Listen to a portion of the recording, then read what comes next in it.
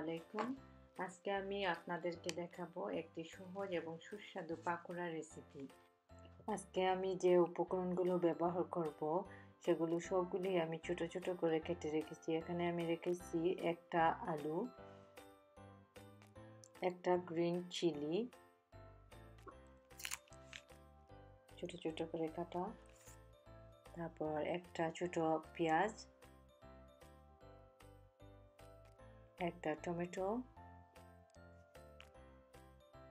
1 tablespoon sesame seeds,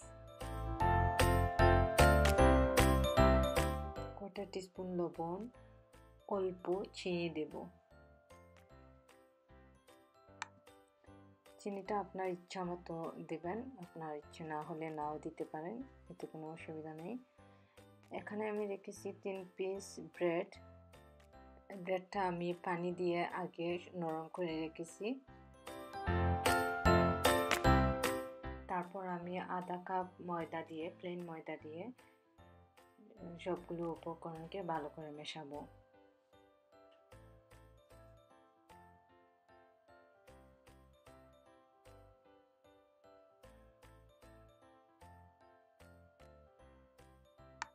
প্রয়োজন হলে আপনারা কিছু পানি ব্যবহার করতে পারবেন।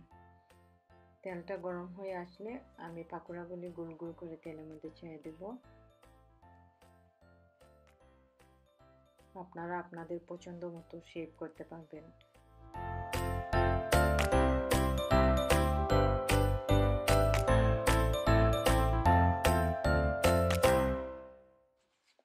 পাকোড়া একটু ব্রাউন হয়ে আসলে পরে তা নাড়বেন।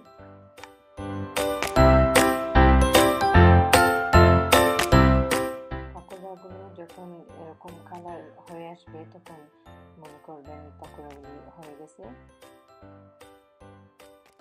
তারপর আমরা পাকোড়াগুলি তেল থেকে তুলে গরম গরম চার সাথে পরিবেশন করতে পারবো।